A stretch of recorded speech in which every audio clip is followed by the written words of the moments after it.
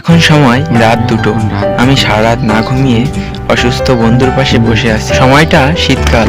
প্রথমে আমি বুঝতে পারিনি বন্ধুর অসুস্থতার কারণ, কিন্তু যখন সারা রাত বন্ধুকে নিয়ে কম্বলের মধ্যে বসে থাকি এবং যখন সে পটি করে দেখি তার পটির কালার অনেকটা চেঞ্জ হয়ে গেছে, বেশিরভাগটাই সবুজ কালার। তখনই আমি বুঝে যাই বন্ধুর প্রচন্ড পরিমাণে ঠান্ডা লেগেছে। তাই আমার কর্তব্য ছিল বন্ধুর শরীরটা একটু গরম রাখার।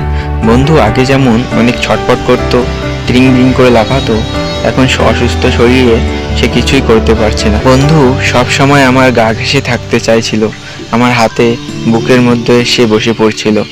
বন্ধুকে আমি ঠান্ডা থেকে দূরে রাখার জন্য একটা পুরনো গেঞ্জির ভাঙা বন্ধুর গায়ে জড়িয়ে দিই। সেই সময় বন্ধুর কষ্ট যেন আমার নিজের কষ্ট বলে মনে হচ্ছিল, তাই যতটা সম্ভব বন্ধুর শরীর সুস্থ করার জন্য উঠে পড়ে লেগে যায়। যেহেতু বন্ধুর ঠান্ডা লেগেছে তাই সবসময় সে হা করেই প্রশ্বাস নিচ্ছে। এই অবস্থায় বন্ধুকে নিয়ে আর একটা দুর্ঘটনার সম্মুখীন হলাম।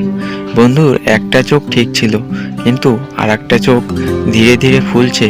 কেন ফুলছে সেটা ঠিক আমি বুঝতে পারছি না। মাঝে মাঝে বন্ধু একটু ঘুমিয়ে নিচ্ছে।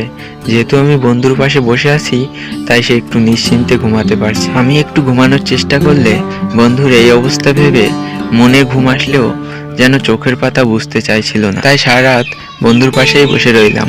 আর যত সময় যাচ্ছে বন্ধু একটু ঘুম থেকে ওঠার পর দেখি তার সেই চোখটি আগের থেকে যেন একটু একটু করে বেশি ফুলে যাচ্ছে। প্রথমেই বন্ধুর শরীরে এত ঠান্ডা লেগেছে, তারপরে আবার একটা চোখ ফুলছে। আমি বুঝে উঠতে পারছিলাম না যে কি করব। বন্ধুকে নিয়ে আমি সারা রাত বসে আছি।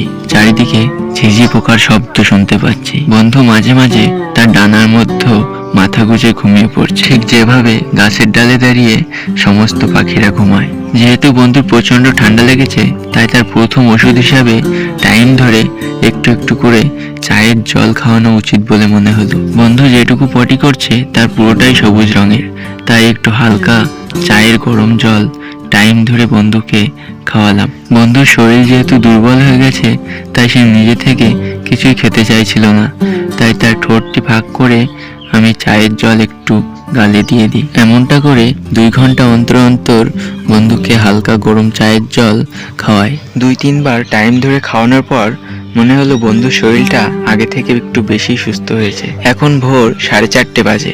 বন্ধুর শরীরটা আগে থেকে অনেকটা সুস্থ দেখে নিজেকে অনেক ভালো লাগে। যখন বন্ধু মাঝে মাঝে ঘুম থেকে জেগে উঠছিল তখন তাকে ছোট ছোট ছাতুর টুকরো আমি খেতে দিই। বন্ধুর অসুস্থতা দেখে বন্ধুর সাথে কাটানো পুরনো স্মৃতিগুলো মনে পড়ে যায়। বন্ধু আকাশে ডানা মেলে উড়ে বেড়ানো, এক ডাকে বন্ধু আমার কাঁধে চলে আসা, খাবার মাখানোর সময় কাড়াকাড়ি করে হাত থেকে খাবার খেয়ে নেওয়া, বন্ধুর সাথে মাঠে গিয়ে বন্ধুর জন্য সবুজ ফড়িং ধরে দেওয়া। এইসব চিন্তা করতে করতে রাত গড়িয়ে ভোর হয়ে গেল, কিন্তু এখনো আমার চোখে ঘুম আসেনি বন্ধুর এই অবস্থা দেখে। যত সময় যাচ্ছে বন্ধুর সেই চোখটি যেন ধীরে ধীরে ফুলেই যাচ্ছে। একটা রোগ থেকে মুক্ত পেতে না পেতেই যেন আর একটা রোগ বন্ধুর ঘাড়ে চেপে বইছে। ভাবলাম সকাল হলে বন্ধুকে ডাক্তার বাড়িতে নিয়ে যাব চোখ দেখানোর জন্য। টাইম ধরে হালকা গরম চায়ের জল বন্ধুকে খাওয়ানোর পর আমি আমার হাতে আঙুল দিয়ে বন্ধুর ভিজে ঠোঁট মুছে দিই, আর সে চুপটি করে বসে থাকে। বন্ধুর এই অসুস্থ শরীর দেখে তার প্রতি যেন ভালোবাসা আরো বেড়ে যেতে লাগলো। বন্ধু যেন মাঝে মাঝে আমাকে কিছু বলার চেষ্টা করছে।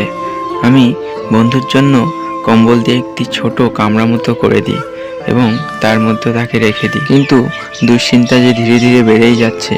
বন্ধুর সেই চোখটি যতই সময় যাচ্ছে ততই বেশি পরিমাণে ফুলছে, যেন চোখটা চামড়ার ভিতরে ঢুকে যাচ্ছে পর্দার নিচে। ভেবেছিলাম বন্ধুকে নিয়ে ডাক্তার বাড়ি যাব, কিন্তু আমাদের এরিয়ায় পশু পাখির ডাক্তার খুবই কম, মানে নেই বললেই চলে।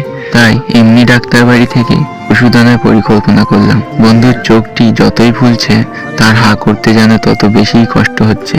বাচ্চারা যেমন ওষুধ না খাওয়ার জন্য বায়না করে, বন্ধুও ঠিক তেমনই করছিল। দৃশ্যটি আনন্দ দিলেও বন্ধুর কষ্ট দেখে মুখের হাসি যেন কোথায় অদৃশ্য হয়ে গেল। অন্তত 6-7 বার বন্ধুকে হালকা গরম চায়ের জল খাওয়ানোর পর বন্ধুর শরীরটা আগের থেকে অনেক সুস্থ হয়ে গিয়েছিল, কিন্তু চোখটার উপায় কি করব ভেবে উঠে পারছিলাম না। বন্ধু এক চোখে পিটপিট করে তাকাচ্ছে, আর একটা চোখ তার পর্দার মধ্যে ঢেকে গেছে পুরো। চোখের জন্য বন্ধুর মাথার এক সাইড অনেকটা ফুলে গেছে। সারা রাত জেগে বন্ধুকে তো ঠান্ডা থেকে রক্ষা করে নিয়েছিলাম, কিন্তু বন্ধুর ওই চোখটির উপায় কি করব ভেবে উঠতে পারছিলাম না। বন্ধুরা, ভিডিওটি এই পর্যন্ত। এই ভিডিওটির পরের পার্ট দেখতে বন্ধুরা আমার এই চ্যানেলে যুক্ত হতে পারেন। যদি ভিডিওটি ভালো লাগে তবে অবশ্যই একটা লাইক দিবেন। বন্ধুরা, দেখা হচ্ছে এই ভিডিওর পরের পার্টে। অনেক ধন্যবাদ আপনাকে।